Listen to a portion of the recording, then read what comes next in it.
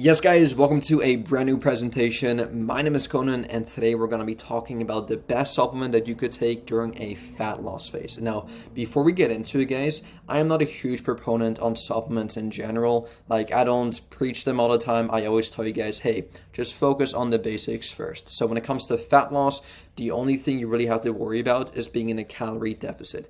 And you do that by both either burning more calories or eating less calories than you burn, or doing like a combination of both. That is in essence how you burn body fat, right? And of course, make sure that your exercise routine is on point, that you're getting enough sleep in, that your stress levels are being reduced or at least being managed to some extent, right? Like if you just focus on the basics, there's not a single supplement on the market that could compensate for that, right? But now with that said though, if you do have the basics set in place and you've really like honed them in and you like are on top of your diet, you're on top of your cardio, your workouts, your stress levels, and your sleep, then there are a couple of things that you can take to pretty much enhance or make it easier to kind of like go about this weight loss journey. Because typically speaking guys, during a fat loss phase, quite simply put, because you're eating less calories than you burn, a pretty common response your body will have to that is simply feeling hungrier, right? Like your body will naturally start to feel hungrier simply by you eating less calories than you burn. And so specifically speaking, when it comes to reducing your appetite, there are a couple of things that you can actually do within your diets to kind of reduce that. So I'm a huge, I'm huge on this. Focus on eating low calorie dense foods. And now, what are those? You may ask. Those are foods low in calories but high in volume. Basically, these are just honestly single ingredient foods that have minimal processed kind of like ingredients to them. So think of like your single ingredient foods. So think of like your fruits, your vegetables, your whole grains, and your lean sources of protein. If you focus on those foods mainly on your diet during a fat loss phase, like hunger really should not be a big issue for you, right? So really making sure that you choose your food choices wisely will make a huge difference in your hunger, right? So think of foods high in fiber, including your fruits and your vegetables, right?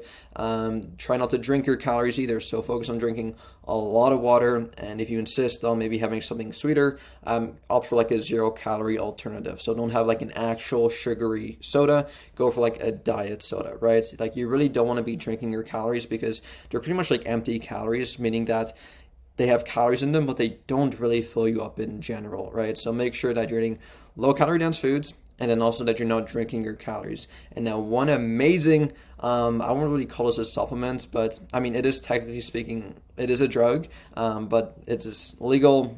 And you can get it over the counter. That can kind of like help to pretty much reduce your appetite. And it can also be used strategically during a fat loss phase. And that is, as you guys can see on the screen, caffeine. So I'm currently sipping on some caffeine right now. Got some coffee here.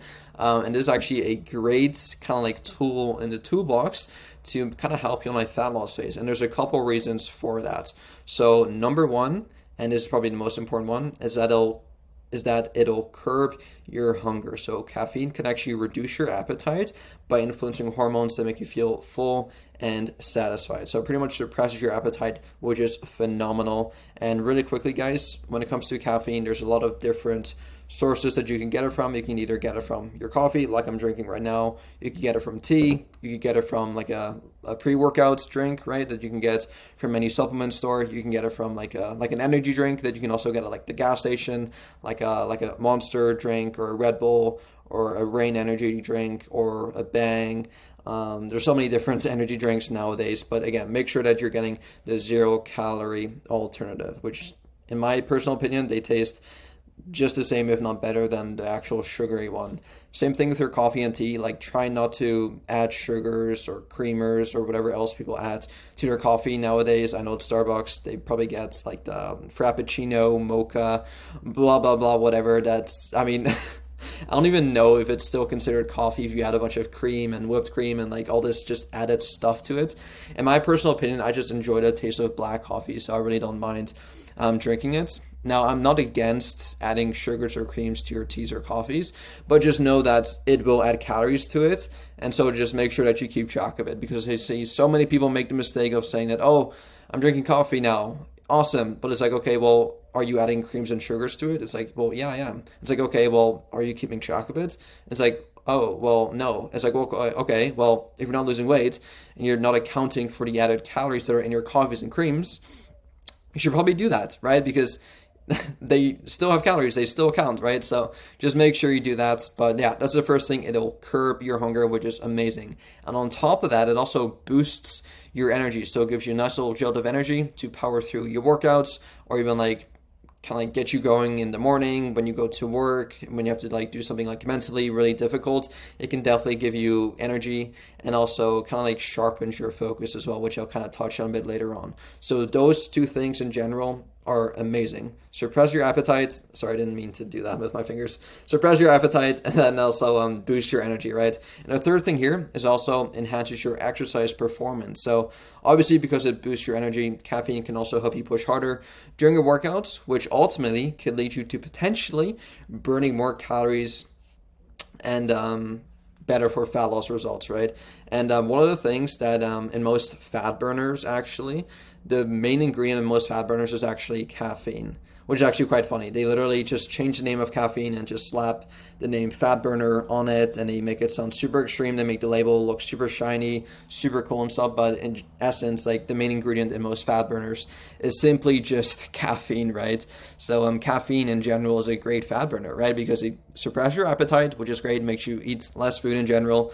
It boosts your energy, which can therefore actually help you push a bit harder into workouts, which could therefore help you actually burn more calories. And so, yeah, if you guys are in the market for looking for a fat burner, look no further than your cup of coffee, right? Because it's a lot cheaper. In my opinion, it's a lot tastier, and you just don't have to get you don't have to like fall for all these marketing gimmicks, right?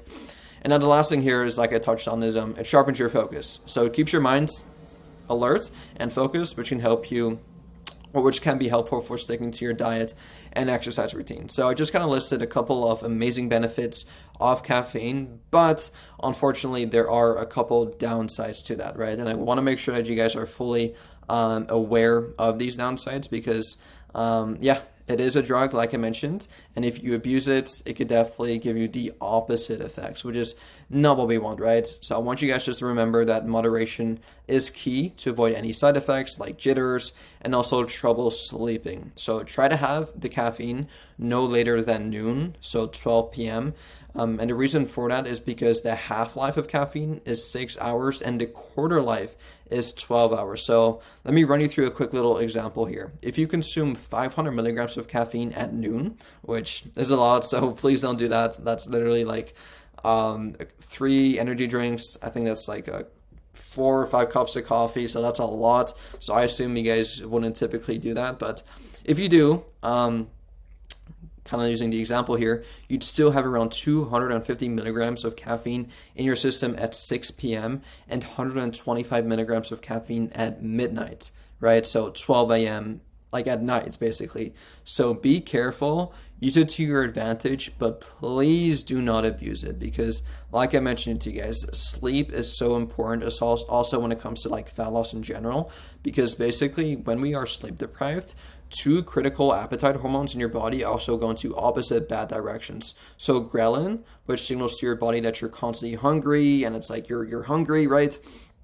Actually goes up, and leptin, which signals to your body that you're nice and satisfied, actually goes down. So you'll notice that you're going to be a lot more hungrier and a lot less satisfied after eating when you are sleep deprived, which is not what you want, right? So you guys can tell that if you abuse caffeine, it can actually like give you the opposite effects of reducing your appetite.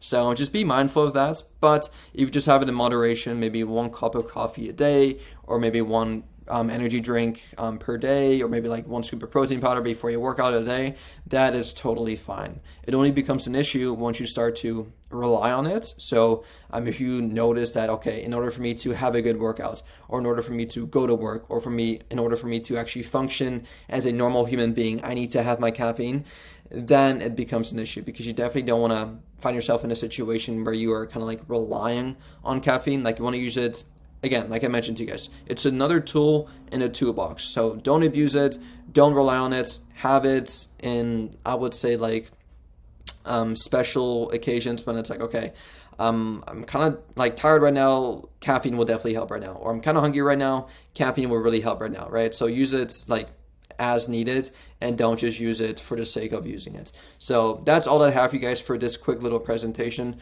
Hopefully you guys took something out of it, and hopefully now you guys really understand the power of caffeine. But like I mentioned to you guys, when it comes to fat loss, the main thing you should really be concerned about is calories, right? Making sure that you're in a calorie deficit, eating less calories than you burn. Caffeine on its own doesn't make you do that. It can definitely help you do that by reducing your appetite, but it doesn't in itself make you lose body fat, right? Like you gotta make sure that you're still focusing on the basics, and then caffeine can be a nice little kind of like cherry on top to just make things a bit easier for you. So I'll let you guys go. Any questions for me, please let me know, and I'll see y'all soon. Peace. Now, if you want to be around a community of like-minded people just like yourself who will educate you, motivate you, and inspire you to absolutely demolish your health and fitness goals, come join the Barbarian squad down below. I guarantee you, you will not regret it one single bit, and I'll see you inside.